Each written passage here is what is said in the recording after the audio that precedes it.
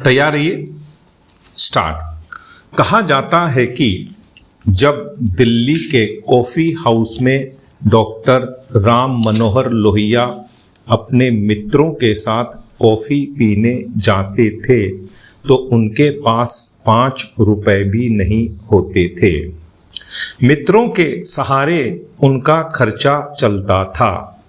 वह ट्रेन में दूसरे दर्जे में किन मुसीबतों में यात्रा करते थे, इसके भी किस्से प्रचलित हैं। इस सारी मेहनत मशक्क़त के बाद उन्होंने देश को एक नई राजनीतिक धारा दी जिसे लोहियावाद कहा गया और उनके अनुयायियों को लोहियावादी। धीरे धीरे वक्त बदला, उनकी मेहनत के फल भी सामने आए और कई राज्यों की सरकारों में लोहियावादी लोग शामिल हुए, मुख्यमंत्री बने और उन्हें केंद्र में भी मंत्री बनने के अवसर मिले। 80 के दशक तक जितने लोहियावादी सत्ता में रहे, उन्होंने कुल मिलाकर अपने सिद्धांतों को कायम रखने का प्रयास किया। हालांकि उन पर भी गड़बड़ियों के आरोप लगे, फिर भी उन्होंने अपने आप को उस विरासत के दायरे में कायम रखा जो उन्हें डॉक्टर लोहिया से मिली थी। थोड़ा पैसा भी कमाया, लेकिन इतना नहीं कि लोग उन्हें धनी समझें। वे 5 स्टार होटलों में जाने से डरते थे और छोटी मोटी जगहों पर अड्डे जमाते थे। चूंकि डॉक्टर लोहिया बहुत खुले विचारों के व्यक्ति थे, इसलिए उन्होंने कतिपय व्यक्तिगत आदतों पर रोक नहीं लगाई। उनका मशहूर वाक्य था कि धोखाधड़ी को छोड़कर महिलाओं के साथ सभी रिश्ते जायज हैं। उन दिनों दिल्ली के मिरांडा हाउस कॉलेज की दीवारों पर लोहिया के ये वाक्य लिखे रहते थे।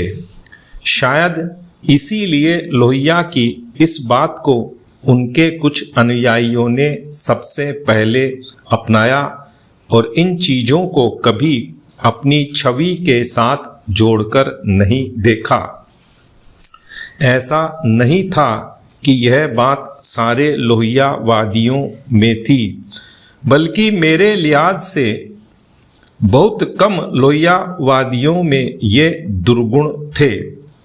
ज़्यादातर लोहियावादी छवि को लेकर चिंतित रहते थे और संघर्ष करना जानते थे। वे भरसक कोशिश करते थे कि चुनाव सादगी से लड़ें।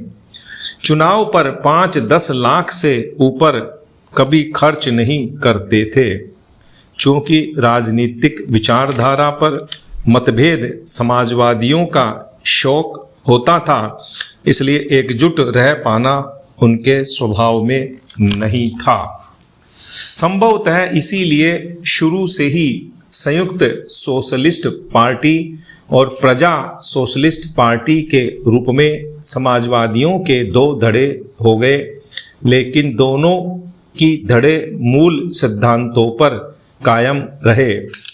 इनमें प्रजा सोशलिस्ट पार्टी के ज़्यादातर लोग संगठन की खराब हालत देखकर कांग्रेस में चले गए और बचे खुचे समाजवादी खुद को लोहियावादी कहलाने लगे। पिछले 20 सालों में देश में जितने भी समाजवादी उभरे, वे ज़्यादातर लोहियावादी की श्रेणी में आते हैं। 80 के दशक तक जो समाजवादी सक्रिय थे, उनमें कई ऐसे हैं जिनकी जिंदगी से सबक लिया जा सकता है। इनमें मधु लिमय, कर्पूरी ठाकुर, मधु दंडवते, रवि राय, किशन पटनायक, मृणाल गोरे, राम नरेश यादव जैसे लोग थे। इनमें इनके पास अपनी कारें भी नहीं होती थी। मधु लिमय को तो मैंने स्वयं देखा है कि उनके यहाँ एयर कंडीशनर तो दूर की बात है, कूलर भी नहीं होता था। वह हमारी पत्रिका में लेख लिखते थे और लेख का चेक यदि वक्त से नहीं पहुंचा तो घर के खर्च की चिंता में मुझे फ़ोन करते थे। दुनिया जानती है कि मधुलिमय बहुत बड़े संसदीय ज्ञाता और ख्याति प्राप्त समाजवादी थे। संसद में जब वह बोलते थे तो मंत्री भी डरते थे कि कहीं उनका नाम न आ जाए। इसके बावजूद उनकी यह आर्थिक हालत थी। कर्पूरी ठाकुर का हाल तो यह था कि किसी से 5 लाख रुपए चंदा लेने में घबराते थे और मुख्यमंत्री रहने के बाद जब उनका निधन हुआ तो उनके खाते में सिर्फ 11,000 रुपए निकले। एक बार तत्कालीन प्रधानमंत्री चौधरी चरण सिंह ने अपने उप प्रधानमंत्री YB चौहान के कहने पर उन्हें बिहार चुनाव के लिए चंदा लेने रजनी पटेल के पास मुंबई भेजा। रजनी पटेल ने सोचा कि प्रधानमंत्री ने भेजा है तो कम से कम 10 करोड़ देना ही पड़ेगा।